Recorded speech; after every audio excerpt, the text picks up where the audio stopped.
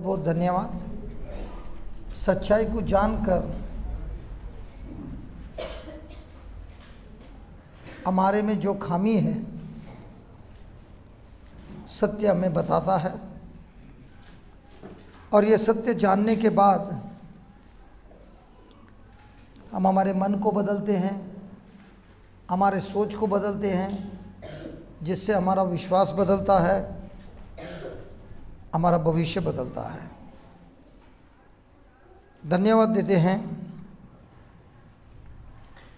कि जो सत्य आपने हमें आज तक पढ़ाया है, प्रार्थना करते हैं कि प्रभु हम इसे बार बार सीखे, ध्यान दे और हमारे जीवन को बदल दे। धन्यवाद देते हैं ये महान कार्य के लिए। स्वर्गीय पिता प्रभु यीशु के पवित्र नाम से आमेन, आमेन। तो कल हमने देखा था कि हम आबा पिता से प्रार्थना करते और कहते हैं कि अगर मैंने किसी को क्षमा करता हूँ तो आप भी मुझे क्षमा मत कीजिए। उदाहरण में बोल सकते हैं, जैसे मैं दूसरों के साथ व्यवहार करता हूँ वैसा ही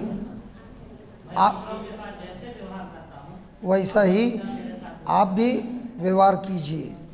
तो ये हम प्रार्थना तो करते हैं, लेकिन ये प्रार्थना कितनी खतरनाक है अगर आपका व्यवहार दूसरों के साथ सही नहीं है। तो आपने खुद ऐलान किया है, ए स्वर्गीय पिता मेरे साथ आप वैसा ही व्यवहार करो। लेकिन अगर आपका व्यवहार दूसरों के लिए प्रेम है तो ये प्रार्थना में बहुत ताकत है, क्योंकि वो प्रेम के द्वारा ईश्वरीय प्रेम आप अनुभव कर सकते हैं। Praise God. तो अभी हम जाके देखेंगे कि जो क्षमा नहीं करता है वह आत्मा कितना खतरनाक है। एक व्यक्ति को इस जीवन में सर्वनाश करता है, और इतना ही नहीं, उसके भविष्य में भी मरने के बाद वही दुष्ट आत्मा उसे नरक भी ले जाता है। तो पढ़ेंगे हम मैथ्यू 18 में, मैथ्यू 18 वचन नंबर 23 से।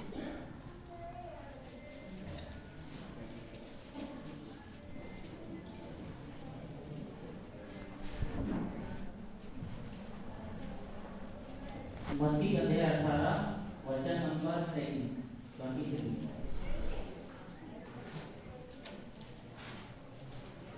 पढ़िए। यही कारण है कि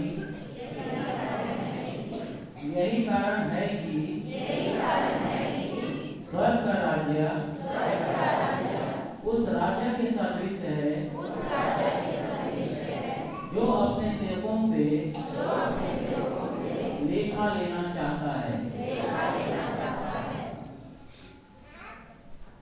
आगे। जब वह लेखा लेने लगा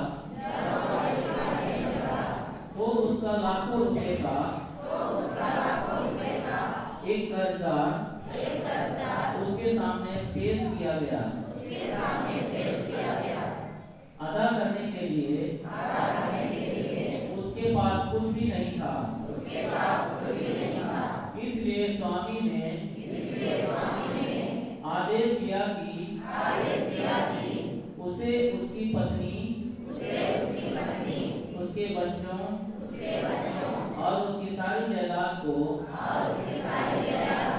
बेच दिया जाए और ऋण अदा कर दिया जाए। इस पर वह सेवक उसके पैरों पर गिरकर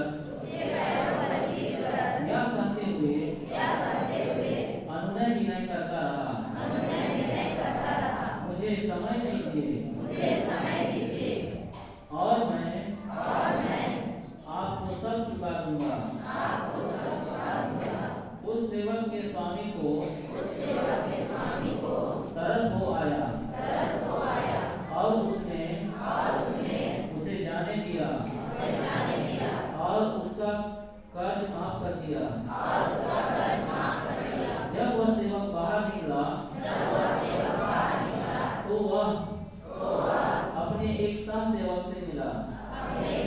है ठीक है। राजा ने तरस खाया और उसको क्या किया, माफ़ किया। तो राजा के अंदर कौन सा आत्मा था, ईश्वरीय क्षमा करने का आत्मा था। तो यहाँ पे दिखाई देता है कि जिसके अंदर क्षमा करने का आत्मा है वहाँ प्रेम है, और जहाँ प्रेम है भलाई अवश्य है। तो जिसके अंदर तुरंत क्षमा करने का आत्मा होता है वो किसी का बिगाड़ता नहीं है, उसके अंदर पवित्र आत्मा का सामर्थ्य है, और वो हमेशा हमेशा अच्छाई के बारे में सोचता है। भले इस सेवक ने उसका इतना नुकसान किया, फिर भी इस राजा ने उसे अच्छा किया, भलाई किया, उसका कर्जा माफ़ कर दिया। और कितना था वो, 10,000। इंग्लिश में टैलेंट बोला, हिंदी में कितना बोला है, लाखों रुपया। अच्छा, ऐसा कहा गया है सोलोमन ने जो मंदिर बनाया जेरूसलम में, उसमें सोना लगा बनने के लिए, और उसमें सोना लगा 8,000 टैलेंट। और ये सेवक का कितना उधार था, तो आप समझ सकते हैं कितना बड़ा कर्जा है। जो मंदिर बनाने लगा, सोना जो डाला था वो 8,000 टैलेंट था, और ये कर्जा 10,000 टैलेंट, मतलब सोलोमन के मंदिर में सोना जितना भी था उससे भी अधिक इसका कर्जा था। और ये राजा ने दया करते हुए इसको क्षमा किया। इतना बड़ा रकम कोई क्षमा करेगा? तो इसका मतलब ये हुआ, जिधर क्षमा करने का आत्मा है उधर भलाई करने का कोई लिमिट नहीं है। क्योंकि क्षमा करने का जो आत्मा होता है वहाँ पर प्रेम होता है, स्वार्थपन पूरा खत्म हो जाता है। जिसके अंदर स्वार्थी है, प्रेम नहीं है, क्षमा नहीं है। और हमने सीखा जहाँ प्रेम है, नम्रता है, ईश्वर उसके साथ है और ईश्वर उसे उठा लेता है। लेकिन जिधर गुस्सा है, नफरत है, क्षमा नहीं है, प्रभु बोलता है वो होता है घमंड। और प्रभु खुद घमंड के साथ युद्ध करता है। क्यों घमंड के साथ युद्ध करता है? क्योंकि वो घमंड ही उसको नरक ले जाने का मौका ढूंढता है। और अगर ईश्वर उस घमंड के साथ युद्ध नहीं करेगा, उस आत्मा के साथ युद्ध नहीं करेगा, तो वो आत्मा उस व्यक्ति को जरूर नाश करेगा। तो कई बार ऐसा होता है कि ईश्वर आपसे युद्ध कर रहा है, मतलब आपसे नहीं, आपके अंदर जो आत्मा आपको घमंड, व्हाट इज प्राइड, घमंड। तो जो आत्मा आपको घमंड में जीने सिखाता है, उस आत्मा के साथ जरूर ईश्वर झगड़ता है। शैतान का सबसे बड़ा पाप क्या है? घमंड। वो जानता है वो गलती कर रहा है, लेकिन क्या वो सुधारने तैयार है?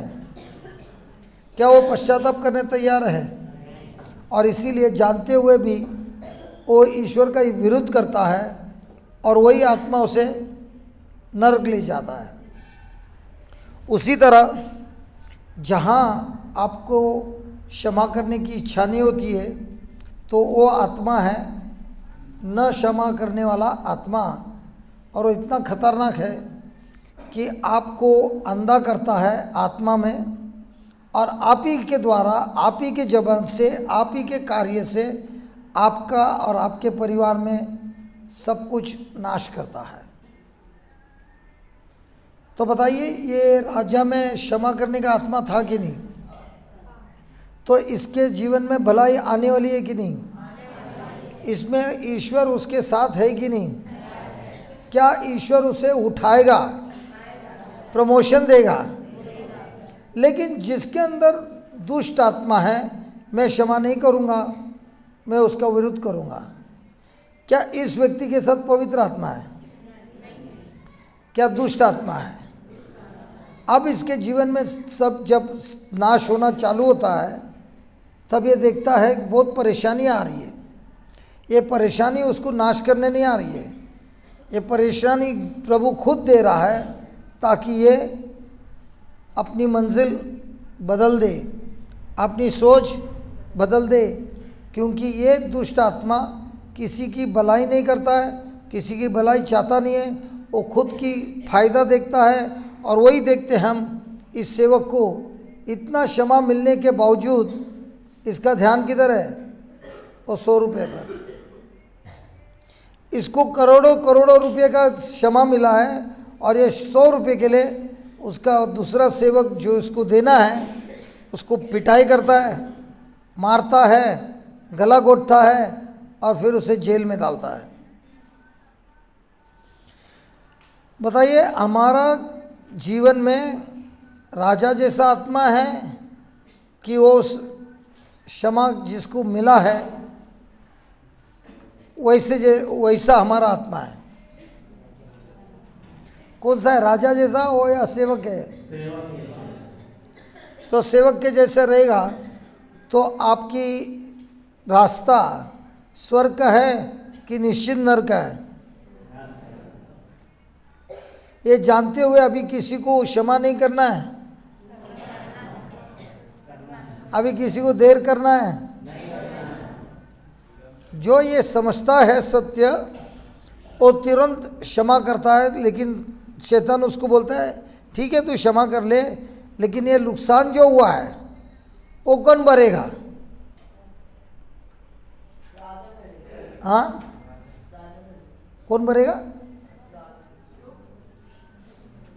कौन भरेगा वो बोलिए? राजा भरेगा।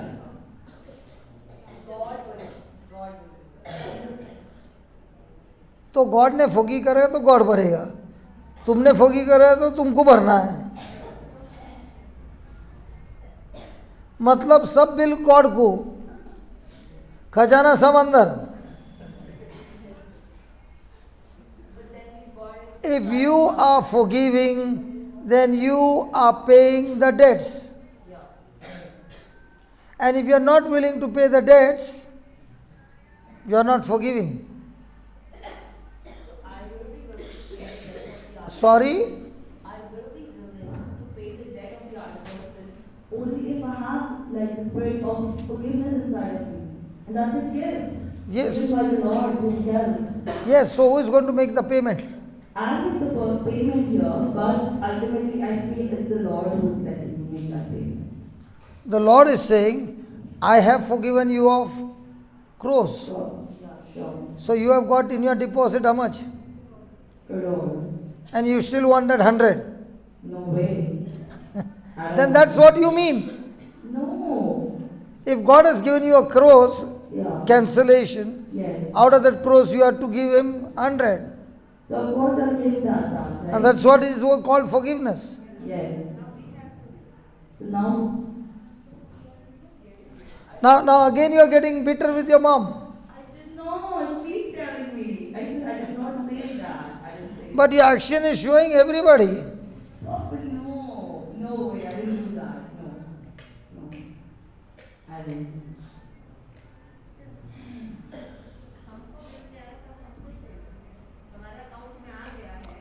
अभी कर्जा है,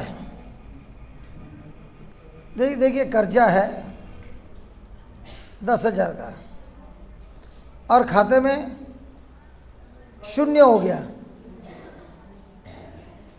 तो 10,000 कमाया कि नहीं?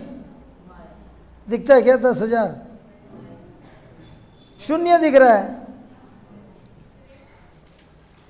हेलो, 0 दिखता है कि 10,000 दिख रहा है? 0 दिखता है। क्यों 0 दिखता है? क्योंकि वो 10,000 जो चुकाना था वो माफ किया गया। अभी 0 है तब तुमको 100 देना है कि नहीं देना है? तो 100 कौन देगा? तुम्हारा अकाउंट बहुत अच्छा है। मेरा 100 बचाएगा, प्रभु से मांग लेना। हालेलुया। तो क्षमा करने के टाइम दर्द होएगा? अभी बताइए, क्षमा करना न्याय है कि अन्याय है? अरे, क्षमा करना न्याय है। न्याय होता है जब मैंने नुकसान किया तो मैं भरूंगा। अन्याय होता है दूसरा कोई तोड़ फोड़ करता है और उसका खर्चा मैं भरूंगा। तो न्याय है कि अन्याय है? पक्का अन्याय है, क्योंकि लफड़ा कोई और करता है, चुकाता कोई और। ये न्याय है? यीशु क्रूस पे मरा, न्याय है। उनको मरना ही था, उनकी क्या बोलते हैं, उन्होंने मौत ही कमाया। नहीं, उन्होंने कैसा मौत कमाया? उन्होंने तो अपने पिता से आशीर्वाद कमाया। क्यों? उन्होंने पाप नहीं किया। हमने क्या कमाया? पाप की वजह से क्या कमाया? श्राप। तो हम पर वो दंड था, तो न्याय है कि अन्याय है?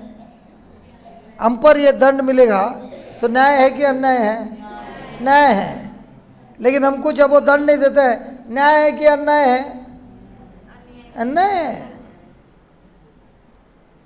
अच्छा, लीना तो लॉयर है, ठीक है।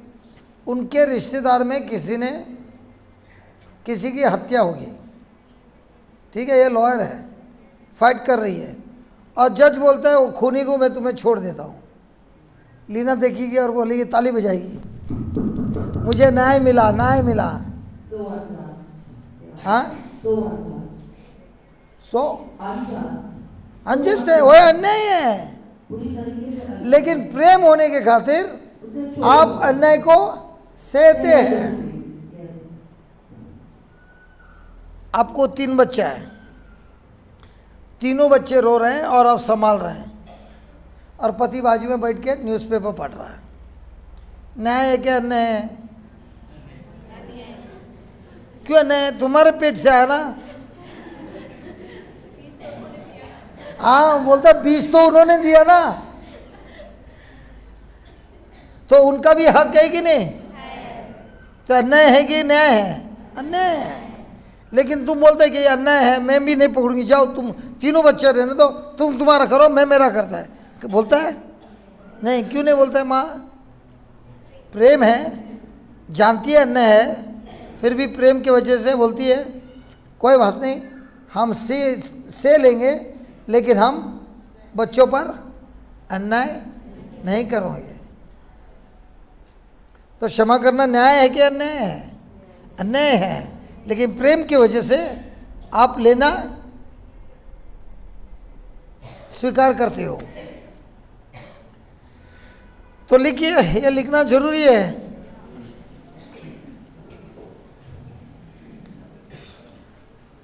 स्वर्गीय पिता का स्वभाव है, स्वर्गीय पिता का स्वभाव है प्रेम, और प्रेम हमेशा क्षमा करता है।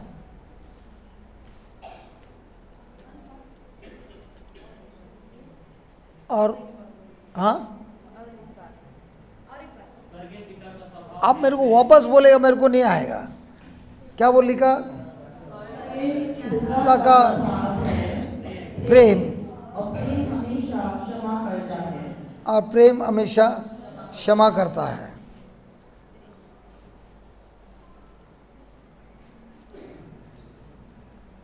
क्षमा करने से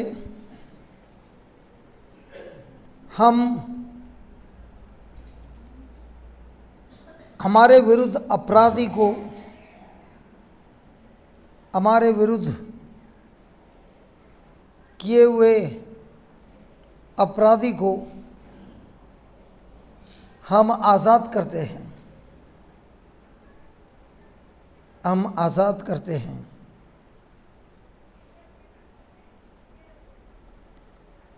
सारा नुकसान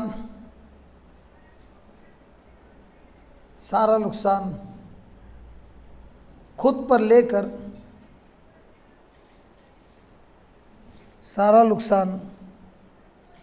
लेकर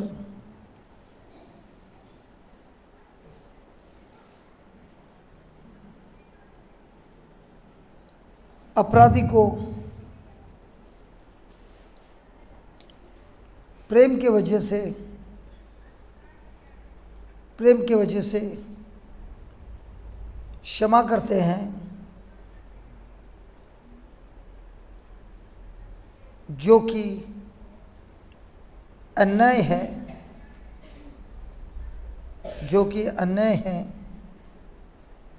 लेकिन प्रेम के वजह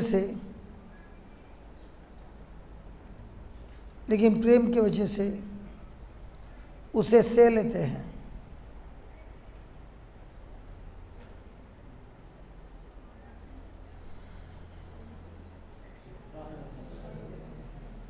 इस दृष्टांत में मैथ्यू 18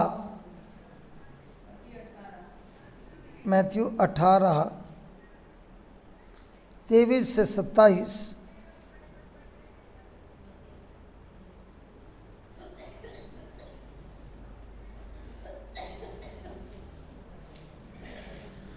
उधार जो था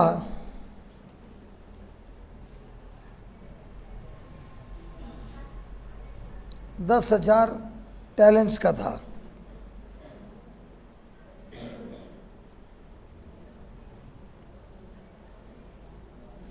जो कि बहुत बड़ा रकम है।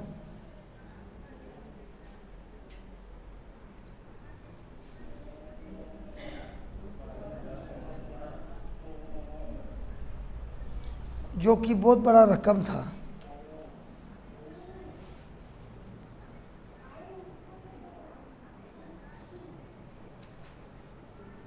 और फिर भी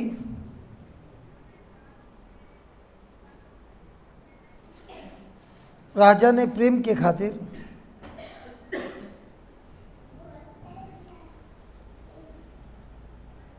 उस व्यक्ति को क्षमा किया।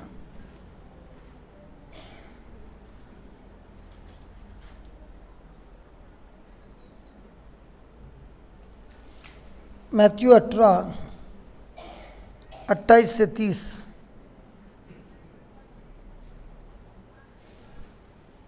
मैथ्यू 18 28 से 30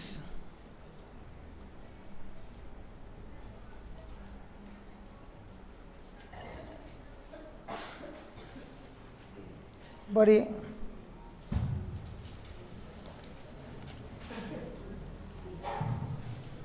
जब वह सेवक बाहर निकला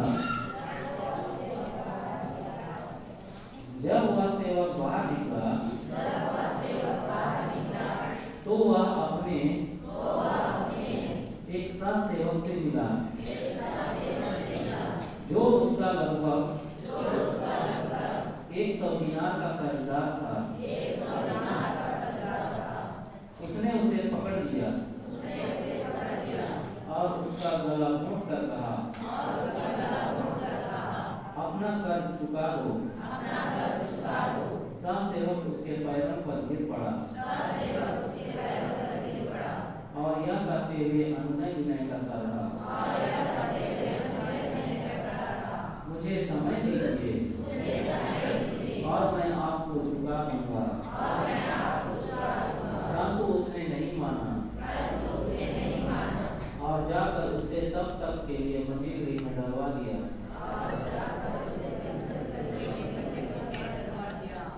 जब तक वह अपना कर्ज न चुका दे। यह सब देखकर उसके दूसरे सहसेवक बहुत दुखी हो गए और उन्होंने स्वामी के पास जाकर सारी बातें बता दी। तब स्वामी ने उस सेवक को बुलाकर कहा, दुष्ट सेवक, तुम्हारी अनुनय विनय पर मैंने तुम्हारा वह सारा कर्ज माफ कर दिया था। तो जिस प्रकार मैंने तुम पर दया की थी, क्या उसी प्रकार तुम्हें भी अपने साथ सेवक पर दया नहीं करनी चाहिए थी? और स्वामी ने क्रुद्ध होकर उसे तब तक के लिए जल्लादों के हवाले कर दिया जब तक वह कौड़ी कौड़ी न चुका दे। यदि तुम में से हर एक अपने भाई को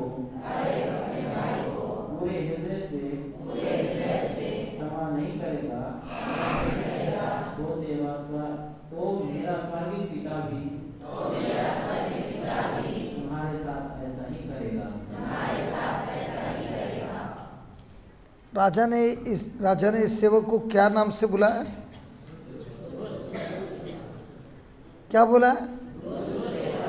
ऐसा हो सकता है कि कोई रोज चर्च आता है, एक भी दिन मिस नहीं करता है, एकदम बिल्कुल सज्जन दिख रहा है, लेकिन छोटी छोटी बातों पे नाराज होता है। हो सकता है? तो प्रभु इस व्यक्ति को क्या बुला रहा है?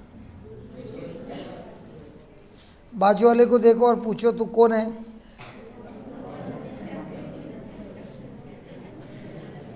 तेरा बाजू वाला भी चर्च में बैठा है।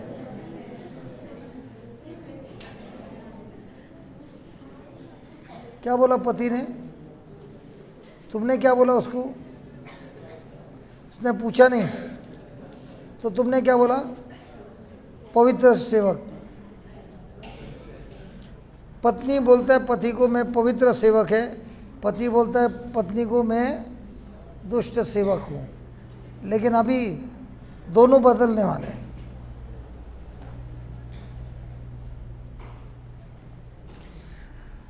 Praise God. तो अगर हमारे में क्षमा नहीं है तो ईश्वर हमें क्या बुलाता है?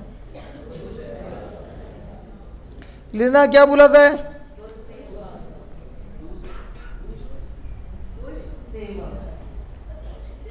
Praise God.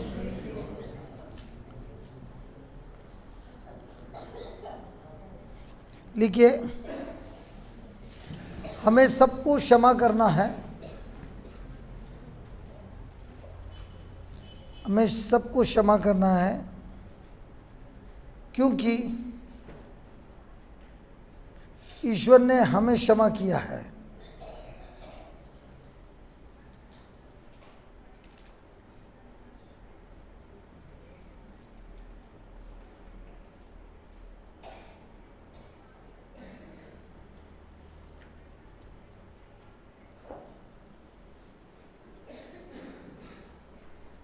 सिर्फ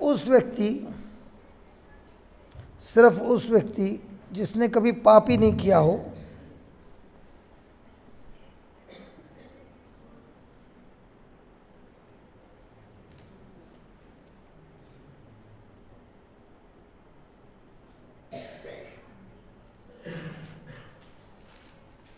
सिर्फ उसको है अधिकार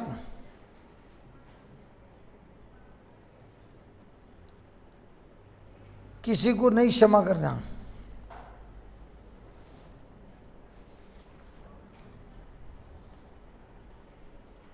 और इस संसार में ऐसा कोई नहीं है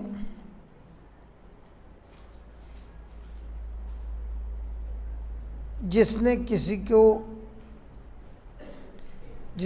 के विरुद्ध पाप किया हो।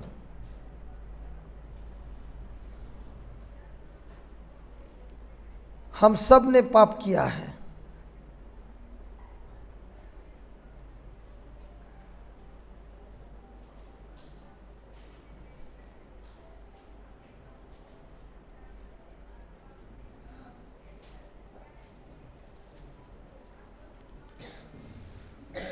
Praise God.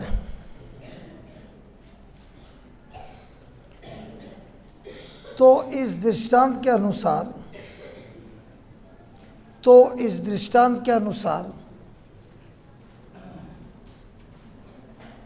जो व्यक्ति ने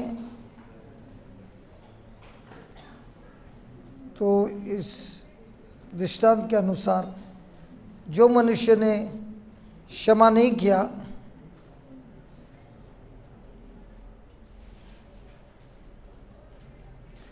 उस व्यक्ति ने प्रभु द्वारा बहुत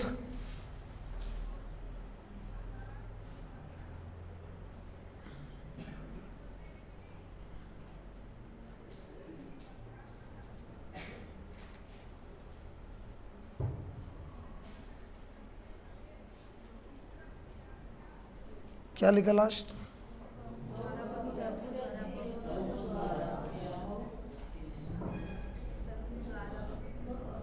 तो इस पैराबल के अनुसार जो मनुष्य ने क्षमा नहीं किया, उस व्यक्ति ने प्रभु द्वारा बहुत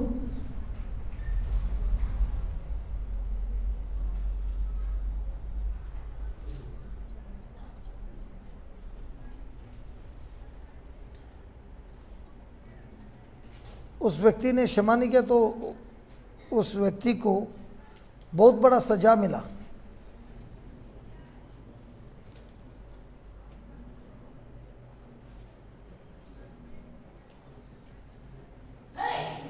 सजा से भी बेटर वर्ड रहेगा, डिसिप्लिन मिला।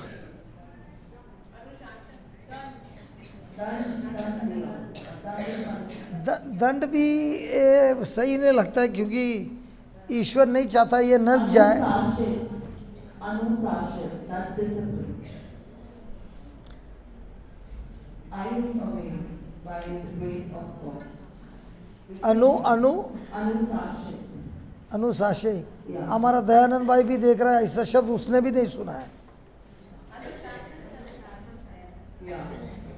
ये छत्तीसगढ़ में नहीं होता है, क्योंकि तुम लोग सबको क्षमा करता है, तो सिटी वाले लोग को ये वर्ड बराबर मालूम है, क्योंकि हमारा उधर डिसिप्लिनिंग के लिए ये शब्द बहुत बार यूज़ करता है। तुम लोग छत्तीसगढ़ वाले पहले से डिसिप्लिन है।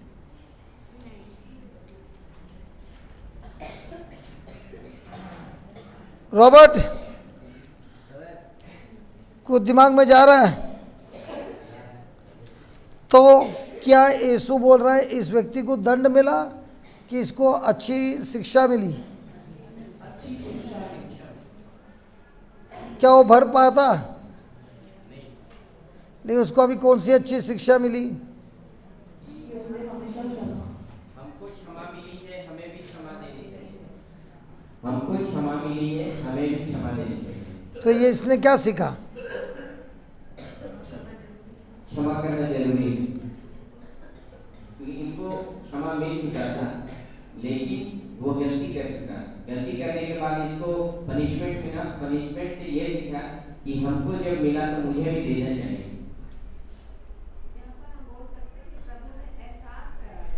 एहसास कर रहा है, ठीक है, लेकिन बहुत खतरनाक एहसास है। वो अभी भर तो नहीं सकता है, और उसे बोला है जब तक चुकाएगा नहीं तब तक तुम इधर रहोगे, तो वो तो नर्क में गारंटी हो गया। तो उसको शिक्षा मिली कि हमको भी अच्छी शिक्षा दे रहा है। तो किसी के उदाहरण से हम सीख सकते हैं। तो अभी झगड़ा लंबा चलने वाला है, हाँ? तो वहाँ गरम ज़्यादा देर रहेगा। उधर से बोलते हैं ब्रदर जितना मांगता उतना प्रीचिंग करते इसी टॉपिक पे। Praise God. बिटिया तवा गरम रहेगा, अभी तुरंत ठंडा पानी के नीचे रखेगा कि गैस पे रखेगा? लीना तवा किधर रहेगा, पानी पर क्या अंगार के ऊपर? अपना चूल्हा बहुत जल्दी गर्म करता है। बाजू वाले को पूछना तवा किधर है।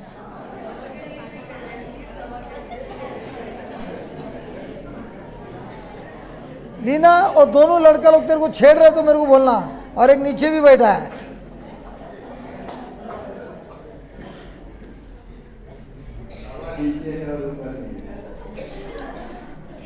हालेलुया। हम लोग हंस रहे हैं ना, हम लोग हंस रहे हैं ना।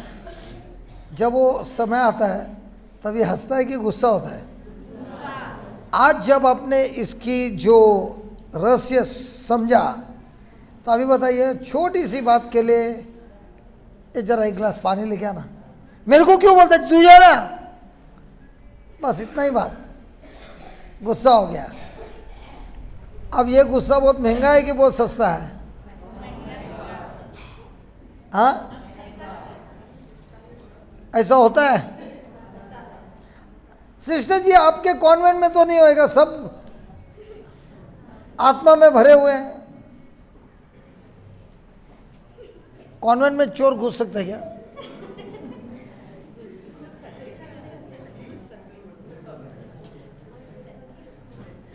सिस्टर जी से हम सीखेंगे कि ऐसा हो सकता है क्या कॉन्वेंट में?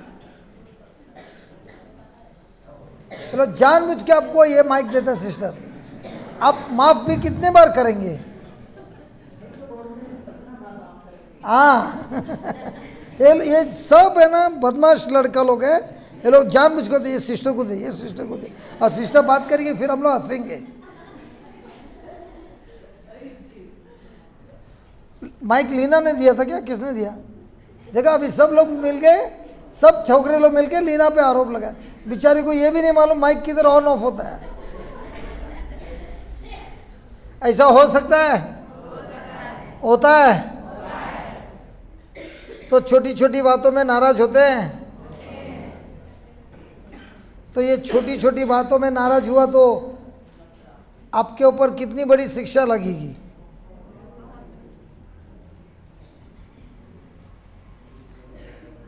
फादर को अचानक फोन आने लगेगा, फादर क्या पड़ा है इस बार, हमारी बीवी एकदम ठंडी होके आई है,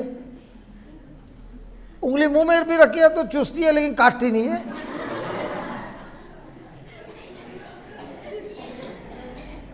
पहले तो दूर से ही दांत दिखाती थी, अभी ऐसे क्या पड़ा है अपने, कितना भी करे तो काटती नहीं है। Praise God. अभी बताइए, ये ज्ञान हमारे मन में एकदम फिक्स है और कुछ नाराजगी की बात हुई, अभी हम क्या करेंगे? हमारे से परीक्षा में हम फेल क्यों होते हैं? मन में बहुत बार ऐसा होता है, ये वचन हमको याद नहीं रहता है, मुंह खोल के दे देते हैं, बिल फाड़ देते हैं, बाद में याद आता है, अरे यार हमने क्या किया। इसीलिए किसी को आपका भविष्य जानना है, एक लाइन में जान सकते हो, जो कुछ भी वचन में सीखा है कितना आपको याद रहता है, उसी से फैसला होता है आपके जीवन का भविष्य। क्योंकि जो आपको क्षमा करना है उसके लिए जो ताकत चाहिए, बल चाहिए, वो बल आपके अंदर नहीं है, मेरे में नहीं है, वो बल है इस शब्द में। और इस शब्द का ज्ञान जब आपके मन में चलते रहता है और तुरंत परीक्षा होती है, तुरंत आपको ताकत मिलता है इस वचन से कि मेरे को मिला है 10,000 टैलेंट का क्षमा, और जो सामने आ रहा है सिर्फ 100 रुपया मांग रहा है जो मैंने दिए थे, तो तुरंत ही क्षमा आती है बगैर कोई खिंच खिंच के, क्योंकि अभी आप सत्य को जानते हो। लेकिन भूल गया तो क्या होता है? लिखिए, मेरा जीवन का भविष्य, मेरे जीवन का भविष्य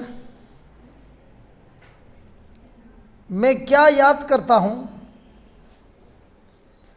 मैं क्या याद करता हूँ उससे निर्बल होता है, उससे निर्बल होता है।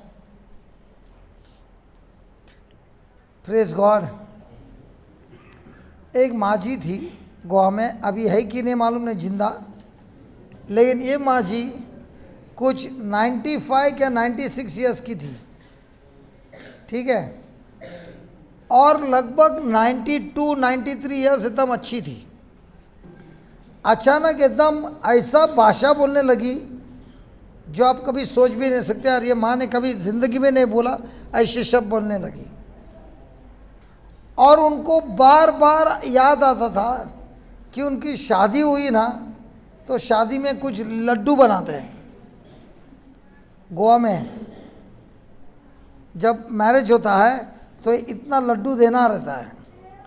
तो सामने वाले ने लड्डू दिया नहीं था जितना नंबर था, और इतने सालों के बाद उनको याद है और उसी को लेके घिसती थी।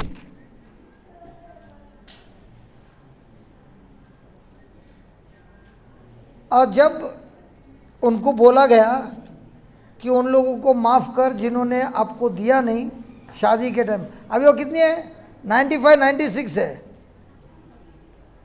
उनके बच्चे बड़े हैं, लेकिन उसके मन में क्या है, वो टाइम का जो है अभी भी मेमोरी में है, बाकी कुछ नहीं है।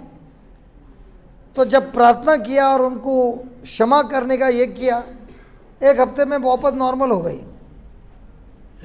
एक हफ्ता लगा लेकिन लड्डू का,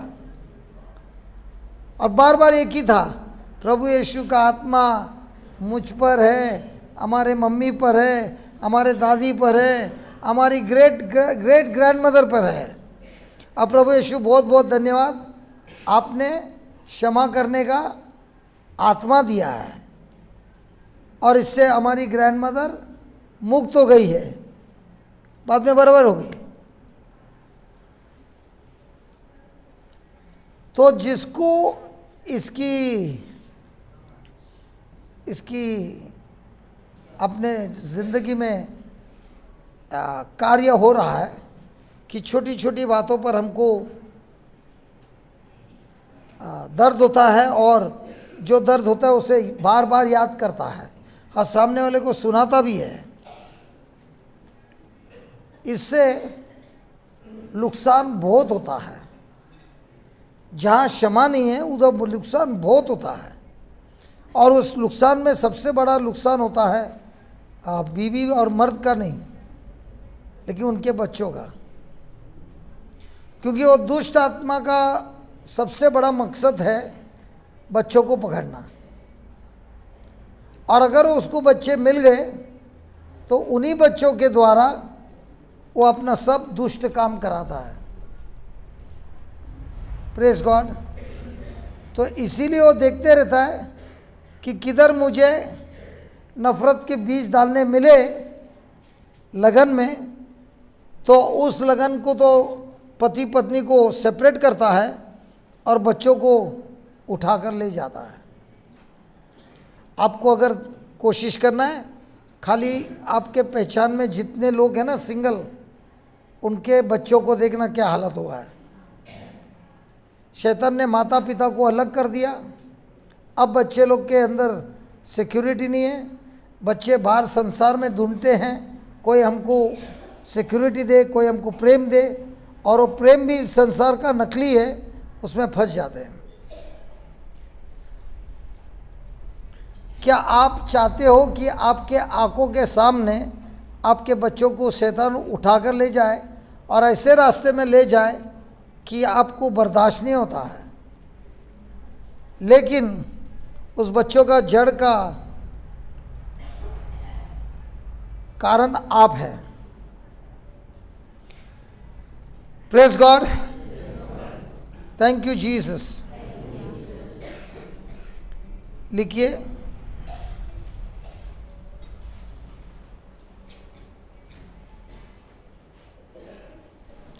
जो व्यक्ति का क्षमा हुआ था, जो व्यक्ति का क्षमा हुआ था,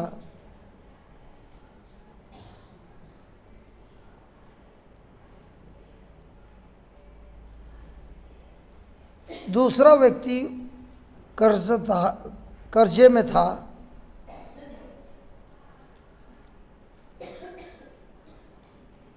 जो कि 100 रुपया था।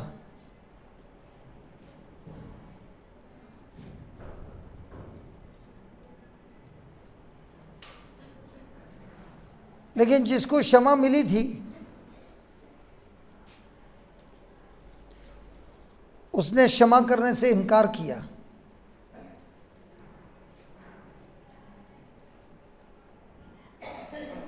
और इसीलिए प्रभु यीशु ने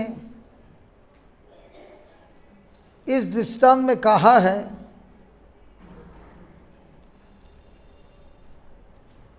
जो क्षमा नहीं करता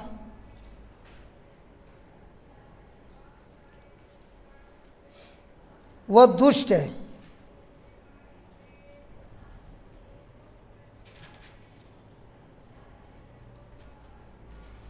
क्योंकि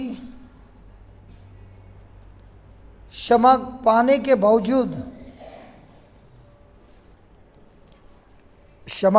बावजूद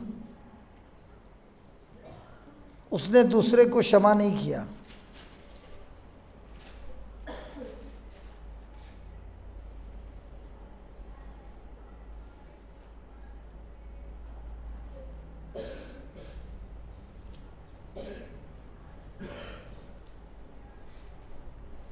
तो मैथ्यू 18:35 के अनुसार, मैथ्यू 18:35 के अनुसार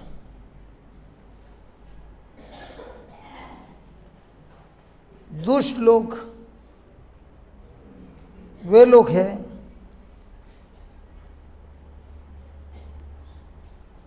जिनको क्षमा मिल चुकी है,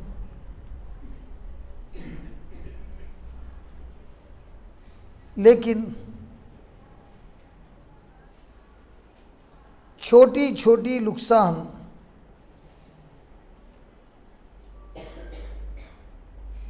जो कि दूसरे व्यक्तियों से हुआ है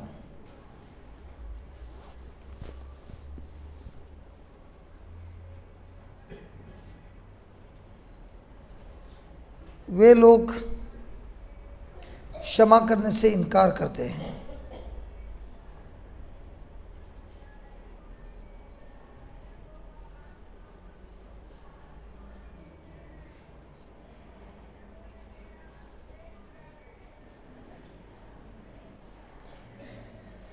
Hebrews 12:15, Hebrews 12:15।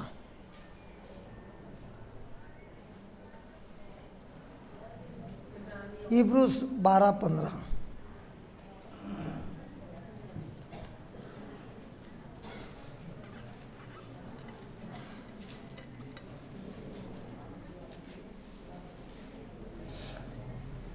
इब्रानियों के नाम संशोधन का पत्र अध्याय 12 और संख्या 15। आप सावधान रहें,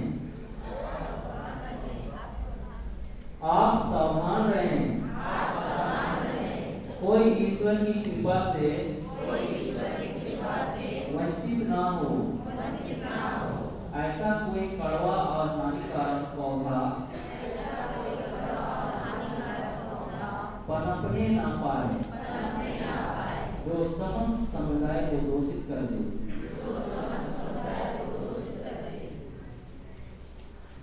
कौन सा पढ़ा? इब्रूस 12।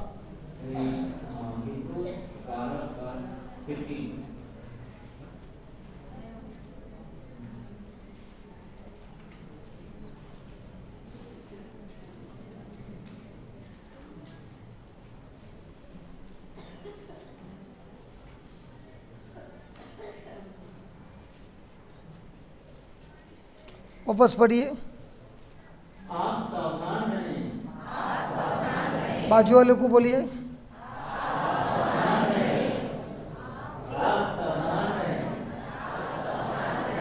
क्यों? कोई ईश्वर की कृपा से वंचित ना हो, ऐसा कोई कड़वा और हानिकारक पौधा ना पनपने पाए।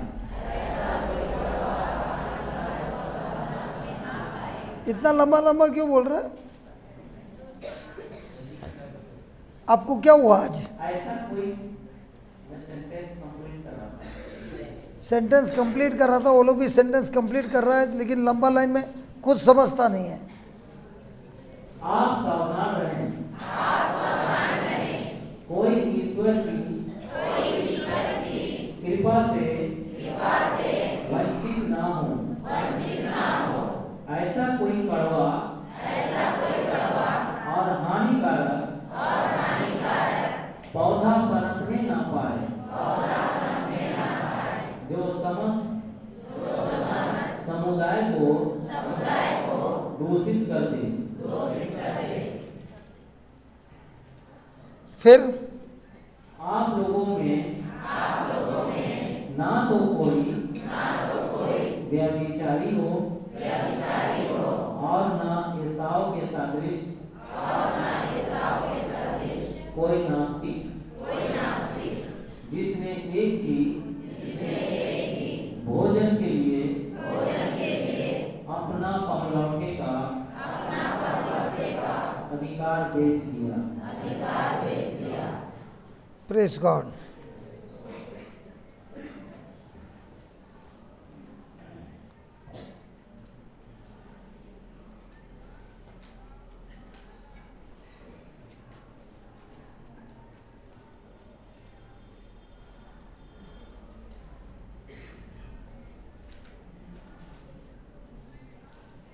लिखिए,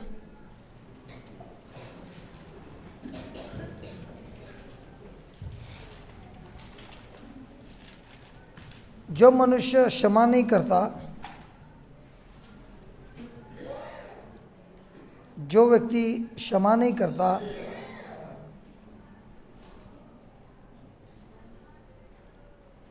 वो भयंकर भयंकर दुख और समस्या में पहुंचेगा।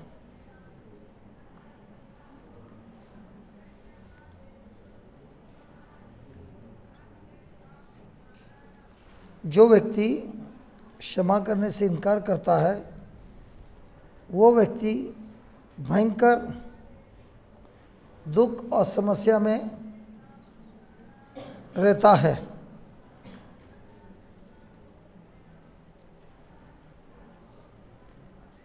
जब हम क्षमा नहीं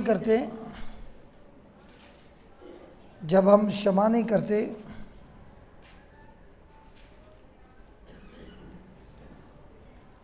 जो कोई भी हमारे अड़ोस पड़ोस होता है,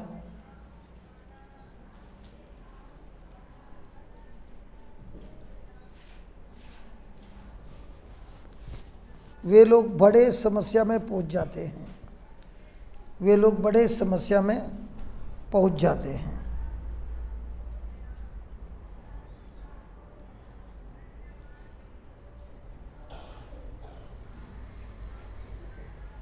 न क्षमा करने का आत्मा बहुत नुकसान पहुंचाता है।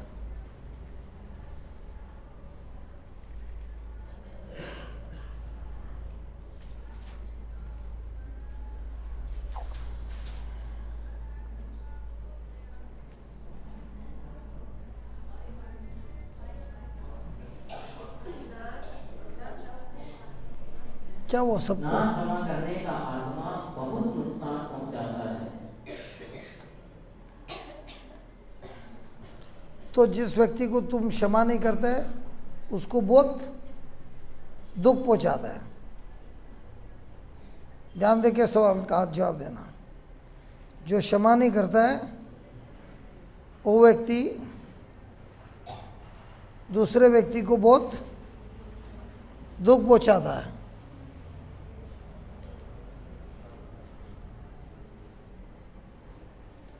Praise God. एक ने भी कुछ बोला नहीं मेरे को।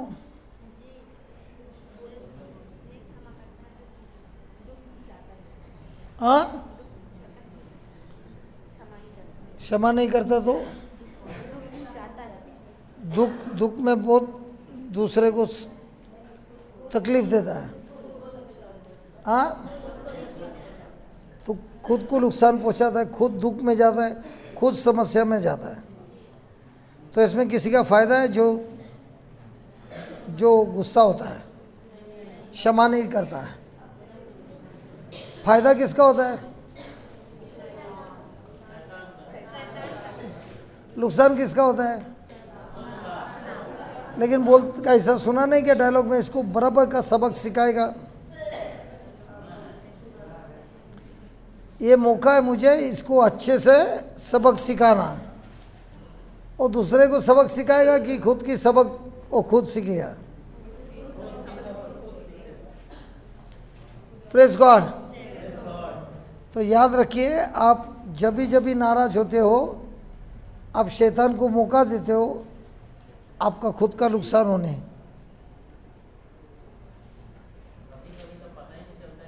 कभी कभी नहीं, ज़्यादातर पता नहीं चलता है। इसीलिए तो ईश्वर के स्वर्ग का राज जानना जरूरी है। अब एक व्यक्ति बहुत पढ़ाई करता है, बहुत होशियार है, बहुत अच्छा है, लेकिन छोटी छोटी बातों पे गुस्सा आता है, नाराज़गी होता है। इसका फ्यूचर बहुत अच्छा है।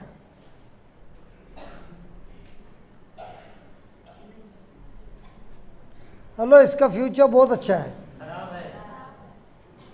अच्छा नहीं। बहुत मतलब बहुत खराब है। तो अभी से नाराज़गी 5-10 मिनट के लिए अलाउड है? अलाउड ही नहीं है। तो हम लोग इतने साल से क्या कर रहे थे? रॉबर्ट, इतने साल से हम लोग क्या कर रहे थे? अरे माइक लेके बोलना, इतना टाइम से माइक लेके बात करता है।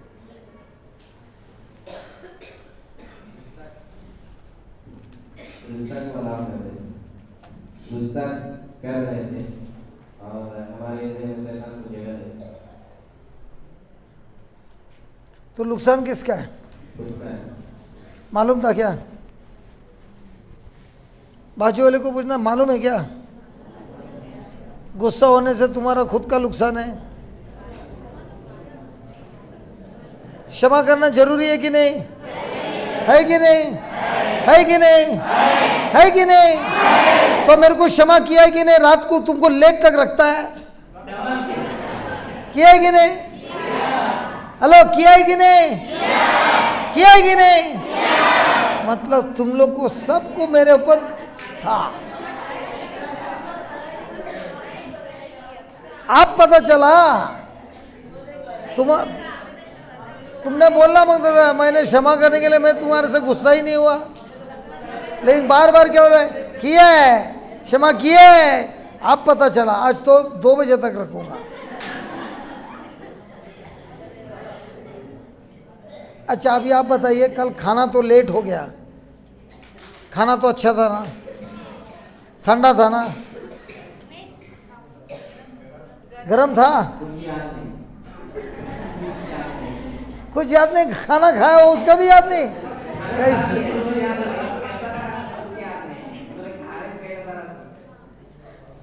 अच्छा, आप बताइए, यहाँ से लेट गए, जैसे बिस्तर पे गए, थोड़ा नाच भी, डांस भी कर रहे थे कोई लोग। मेरे को बोला कुछ प्रैक्टिस कर रहा है, बिशप आ रहे हैं इसके लिए प्रैक्टिस कर रहा है।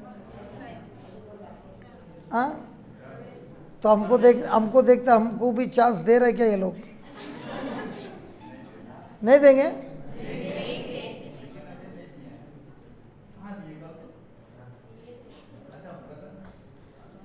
हमको चांस नहीं देंगे क्योंकि हम बाहर वाले हैं ना। नहीं नहीं नहीं, हमको बुलाया ही नहीं। प्रैक्टिस में हमको बुलाया नहीं, हम थोड़ा अंदर गए, बोलते क्या कर रहा है तू? सिस्टर, ये लोग ने बुलाना मांगते कि नहीं मुझे? ये लोग मेरे को बाहर वाला सोचता है, अभी क्या करेगा?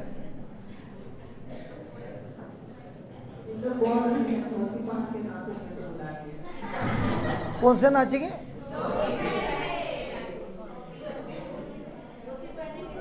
धोती नहीं पहनती, वो तो बहुत रिस्की है। हाँ, अरे लेकिन ट्रांसपेरेंट होता है वो, उसका बात बंद करो।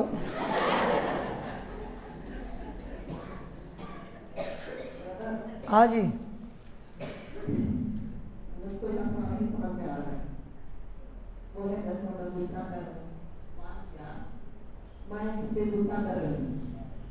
या अगर उसके प्रति गुस्सा है तो हम लोग बोलते हैं मनुष्य से गुस्सा मत करो, उसके अंदर जो दुष्ट आत्मा है उससे गुस्सा करना। लेकिन प्रायः हम मनुष्य से ही गुस्सा करते हैं। हम बोलते हैं कि मनुष्य कैसा, वही तो बोलते हैं। तो यहाँ हमको थोड़ा नहीं समझ में आ रहा। क्योंकि हमारा युद्ध मनुष्य के साथ नहीं, हमने सीखा था ना उस दिन एफिशिएंट 6:12 में सीखा था ना।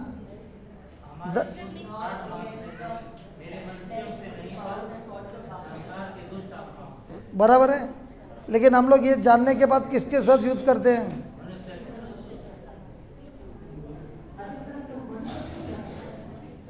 क्या?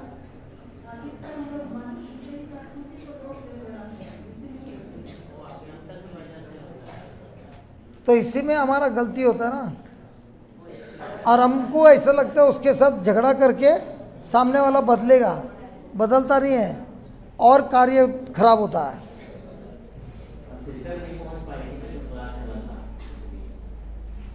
जब क्लास चला था तब सिस्टर नहीं पहुंच पाई थी। इसके लिए वहां से निकली थी, इधर पहुंची नहीं, बीच में किधर गई मालूम नहीं।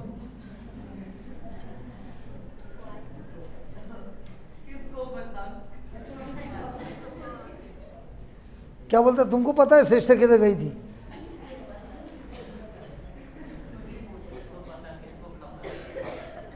Press God. इसीलिए सिस्टर आपने क्लास मिस किया, आपने मिस कर दिया। हम ये पढ़ ये चैप्टर हमारा ख़त्म हो गया है।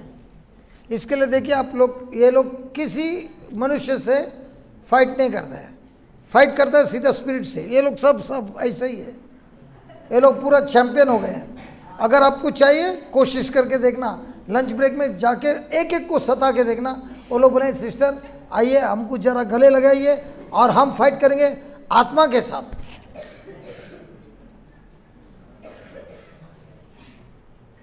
बोलते तो कोशिश करके देखिए, ये सब सबका ट्रेनिंग हो गया है।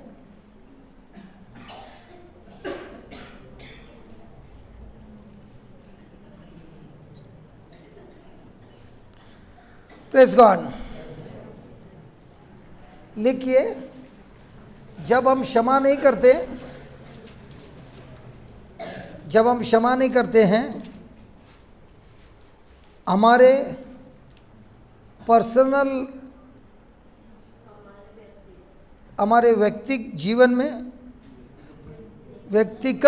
जीवन में बहुत नुकसान होता है। अभी एक उदाहरण देता हूँ। हमारे संदीप भाई है ना, संदीप भाई भूल गए? हमारे संदीप भाई कल यहाँ से गए दोपहर को दूसरे गांव में प्रचार करने। बस में गए, बैग ऊपर रखा सर के ऊपर, जिसमें कपड़े थे, कंपनी का लैपटॉप था, सब था। जब आँख खुल गया बैग गुल हो गया।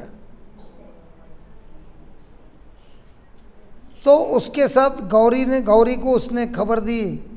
तो गौरी ने बोला अरे अभी तुमको तो कंपनी में बोलना पड़ेगा कि तुम्हारा कंपनी का लैपटॉप चोरी हो गया।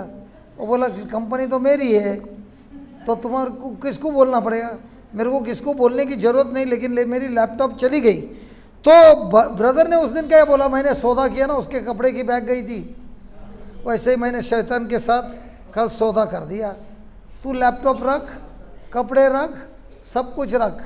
जिसने चोरी की उसका आत्मा और उसका खानदान का आत्मा मैंने खरीद लिया इस बैग में, प्रभु यीशु के नाम से। मैं बहुत आनंदित है, मैं बहुत आनंदित है। अभी वो नाराज हुआ, नुकसान हुआ, इसमें नुकसान हुआ, आत्मा में बहुत फायदा हुआ। अब मैं वही संदीप भाई को बात करना मेरे को मौका नहीं मिला। बोला ये जो तुमने प्रार्थना की है ना, तुम खुद देखोगे तुम्हारे जीवन में अब प्रगति ही प्रगति हो रही है, क्योंकि तुमको हर मौका है नाराज होना। सबसे पहले खुद पे नाराज होना। मैं इतने बार जाता हूँ, एक गांव से दूसरा गांव, इधर उधर, लेकिन मेरा जो लैपटॉप का बैग रहता ना, मेरे पैर को छूता ही रहता है। ट्रेन में भी सर के नीचे रहेगा, क्योंकि उसको मैं नहीं छोड़ूंगा। और मैं कभी, जो लोग सवारी करते हैं, ऊपर नहीं रखने का, पैर के नीचे रखने का, क्योंकि जैसे ही सोया बैग गुल। तुम लोग दोनों संभालो। ज्यादातर में बैग ऊपर से भी इस वजह से भी होता है, कोई चेंज कर देता है, कोई कंफ्यूज हो जाता है, तो कोई दूसरा उठा के चला जाता है। कभी कभी ऐसा होता है कि तो आदमी तो देखो वो वैसा भी हुआ ना, तो जो बस बुकिंग होता है वो अलग बस है, ये बुकिंग वाला बस नहीं है। ये पब्लिक का आना जाना, कोई किधर गया किधर नहीं, वो वाला बस है। मैं ये भी बस में बोलता है जिधर हमारा बुकिंग होता है, फ़ोन नंबर रहता है, सब रहता है, फिर भी गुल होता है। Press God. तो कल का दिन नुकसान का दिन था कि अच्छा दिन था? तुमको अच्छा था ना, क्योंकि तुम्हारा नहीं गया ना। जरा अभी तुम्हारा यहाँ से बैग जाए तभी मैं पूछता हूँ कैसा दिन था। हालेलुया। लिखिए, ये कैपिटल लेटर्स में लिखिए।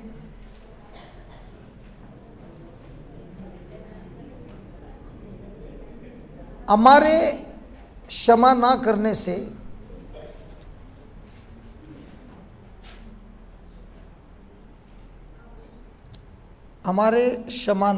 से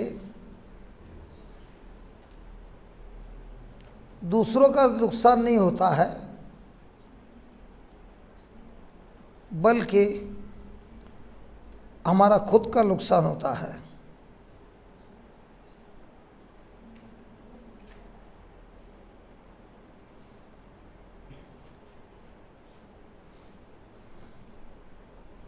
हमारे ना क्षमा करने, दूसरे को क्षमा करने से दूसरों का नुकसान नहीं होता है, हमारा खुद का नुकसान होता है।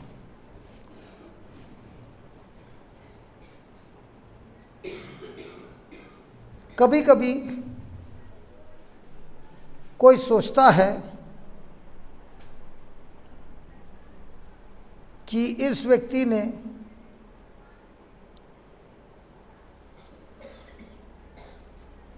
मुझ पर अत्याचार किया है,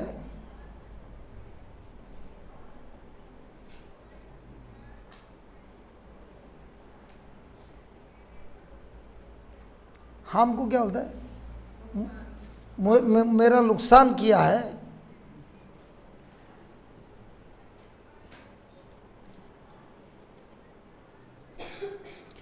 और मैं इसे छोड़ूंगा नहीं।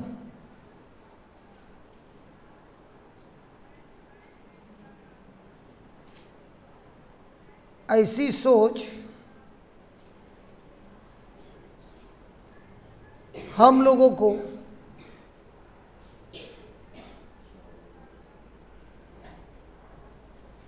ऊपर की लेवल से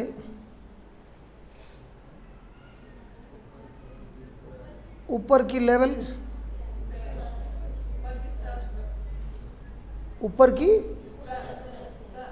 स्तर ऊपर की स्तर से एकदम नीचे वाली स्तर पर ले आती है।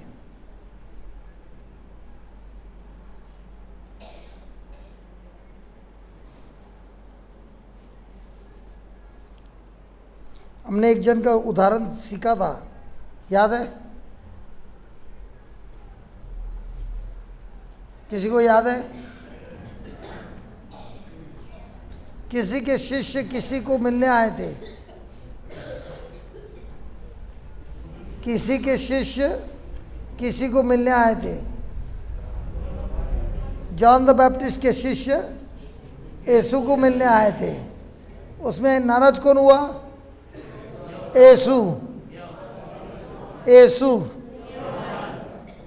यीशु ने पीठ के पीछे क्या बोला जॉन के बारे में? बड़ाई की कि बुराई की? हम लोग पीठ पीछे क्या करते हैं?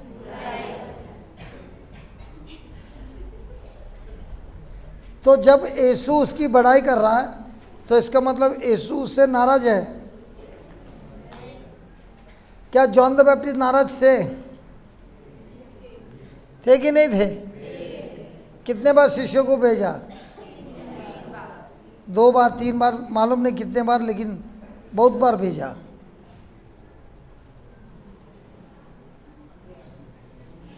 अपनी गलत सोच के कारण जॉन द बैप्टिस्ट नाराज हुए और यीशु ने कहा स्वर्ग के राज में जॉन द बैप्टिस्ट जैसा नबी कभी पैदा ही नहीं हुआ है, लेकिन जो कोई भी स्वर्ग के राज में सबसे छोटा है वो जॉन द बैप्टिस्ट से भी बड़ा है, क्योंकि उनकी नाराज़गी ने उनको इतने ऊपर स्थान से बिल्कुल नीचे के स्थान पर ले आए। Praise God, hallelujah. मैं और एक उदाहरण देता हूँ नाराज़गी के बारे में, क्षमा नहीं करने का बारे में। एक राजा है जिसका नाम है सॉल। उसको प्रभु ने अभिषेक किया है, राजा चुना है, और वो पवित्र आत्मा का अभिषेक के कारण वो बहुत युद्ध जीतता है। लेकिन जैसे जैसे युद्ध जीतता है और राजा का पोजीशन मिलता है, उसका रिश्ता प्रभु से कम होता जाता है, यहाँ तक वो अभी उनकी आज्ञा का पालन भी नहीं करता है। और इसीलिए ईश्वर ने फैसला किया है कि इसको राजा से निकालकर दावीद को राजा बनाना। तो दावीद अपने पिता के कहने पर अपने भाइयों को सैंडविच लेके आता है,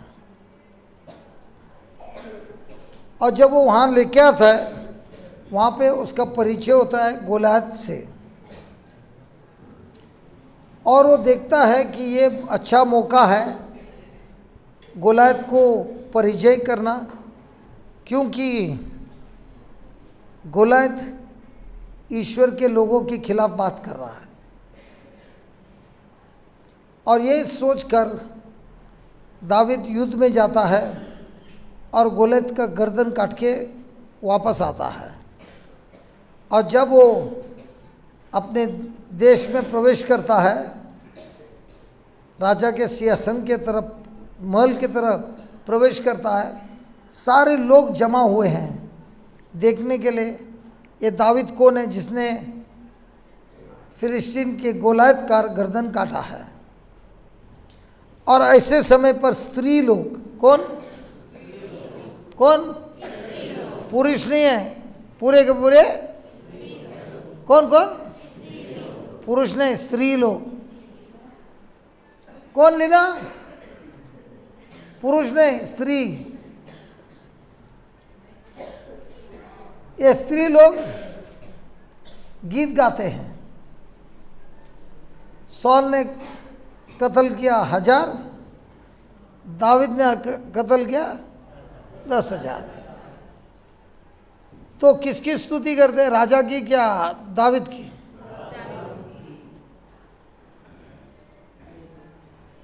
करनी किसकी थी? लेकिन स्त्री लोग ने किसकी की? सॉल राजा सुनता है, उसके अंदर क्या आता है? जलन आता है। क्या आता है? कल ही मैं बोल रहा था ना, आदमी लोग को जलन आता है, औरत लोग को नहीं आता है। देखा, सबूत है।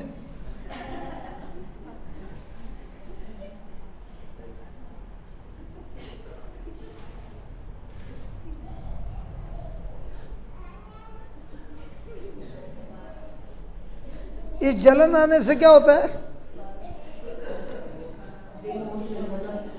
राजा को ऐसा लगता है अब तो दावीद मेरा सिंहासन ले लेगा, तो इसके लिए वो कोशिश करता है इस आदमी को मुझे ख़त्म करना है।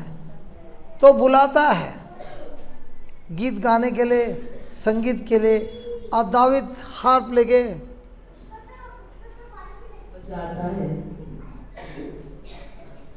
उसकी आंख बंद प्रभु की आराधना करता है और सामने सॉल खड़ा है और बोलता अच्छा मौका है, भाला लेता है और फेंकता है, निशाना चूक जाता है। एक बार नहीं, कई बार। और दाविद का ध्यान किधर है? प्रभु की स्तुति करना। जब आपका ध्यान प्रभु पर है, लोग कितने भी जलेंगे, कितने भी भाला फेंकेंगे शब्दों के या कार्य के, जब आपकी आँख प्रभु पे लगी है, हर भाला टारगेट से हट कर निकल जाएगा। हालेलुया। तो जब दाविद को पता चलता है, ले ये तो मेरा कत्ल करने देख रहा है, दाविद भागता है। लेकिन शमूएल ने क्या बोला था?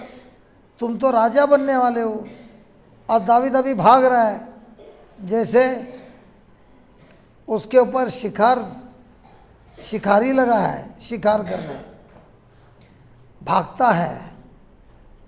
और फिर जोनाथन को मालूम पड़ता है, जो सॉल का बेटा है, कि दाविद का कत्ल करना है।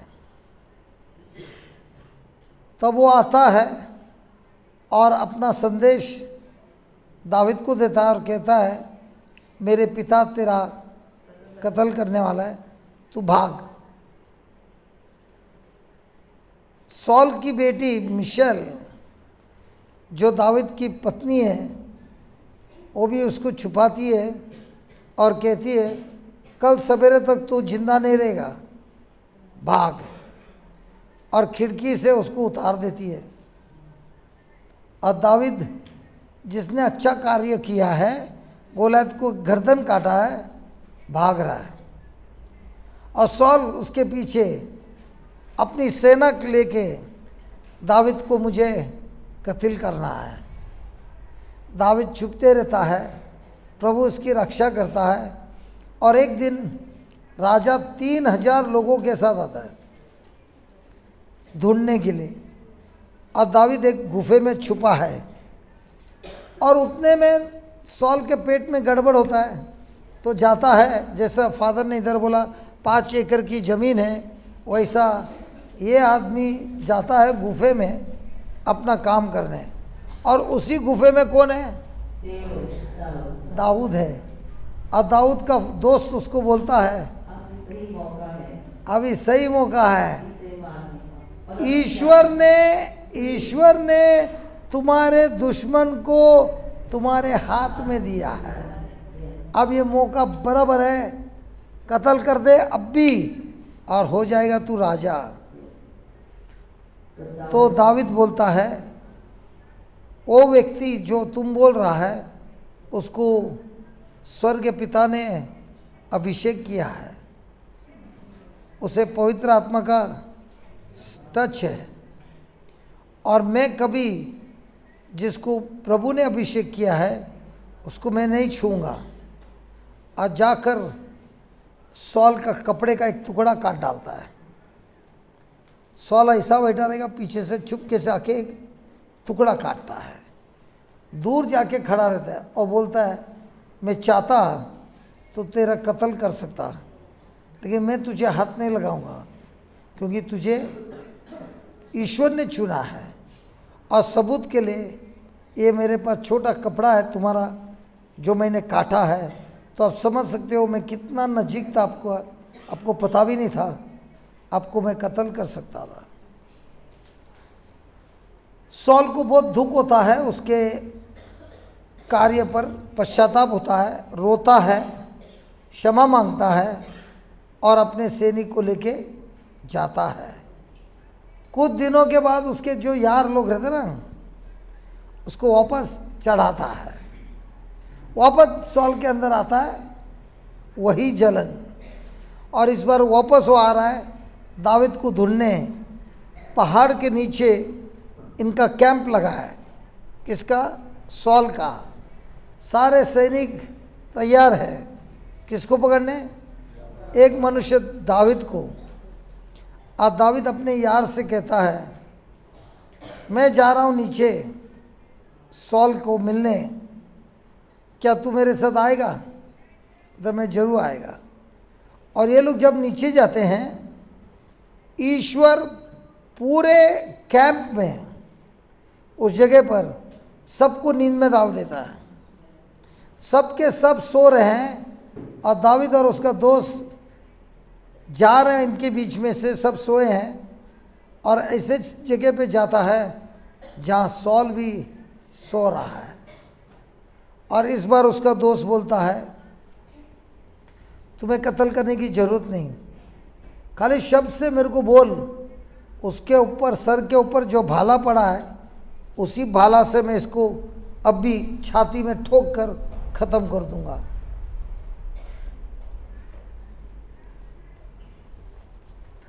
दाविद बोलता है, नहीं, उसका हिसाब ईश्वर खुद करेगा। तुम एक काम करो, एक जगह पे एक जग पानी का है, ऐसा जग है पानी का है, दूसरे जगह पे भाला है, हम लोग लेके निकल जाएंगे। तो भाला उठाता है, एक जग पानी उठाता है और उसी रास्ते से वापस जाता है। प्रश्न ये है, एक जग पानी के लिए, एक भाला के लिए इतना रिस्क लेना था?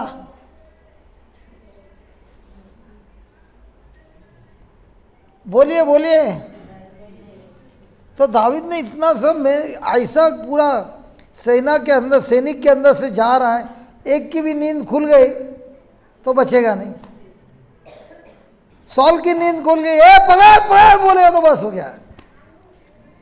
लेकिन वो खाली एक जग पानी के लिए इतना बड़ा कर रहा है।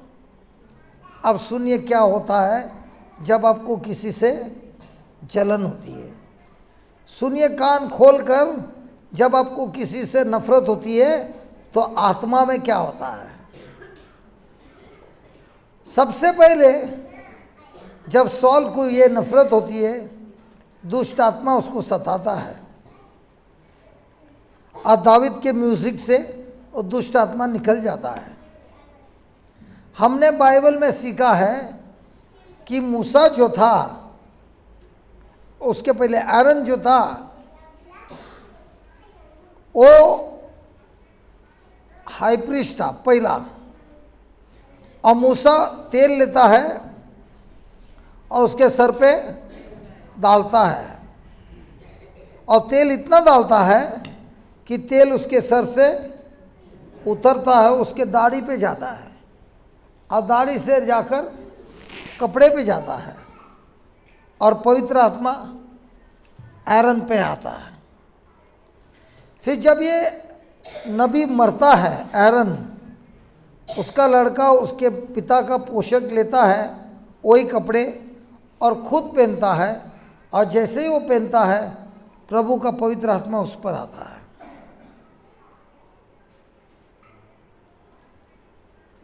हम देखते हैं कि एलीजा को ईश्वर ने स्वर्ग ले गए, और एलीशा उसके पीछे पीछे जा, और जब उसको स्वर्ग ले गए, एलीशा उसको पुकारता है और रथ में स्वर्ग की ओर जा रहा है, तो एलीशा उसको पुकार रहा है। एलीजा अपने कपड़े निकालता है और रथ पे से फेंकता है। एलीशा उन कपड़ों को उठाता है, अपने खुद के कपड़े फाड़ देता है और एलीजा के कपड़े पहनता है। बाइबल में लिखा है, उसी क्षण पवित्र आत्मा एलीजा पे आता है, और एलीजा बार बार बोलता है, मुझे चाहिए पवित्र आत्मा का अभिषेक डबल। और अगर आप देखेंगे और गिनती करेंगे, जो चमत्कार एलीजा ने किया और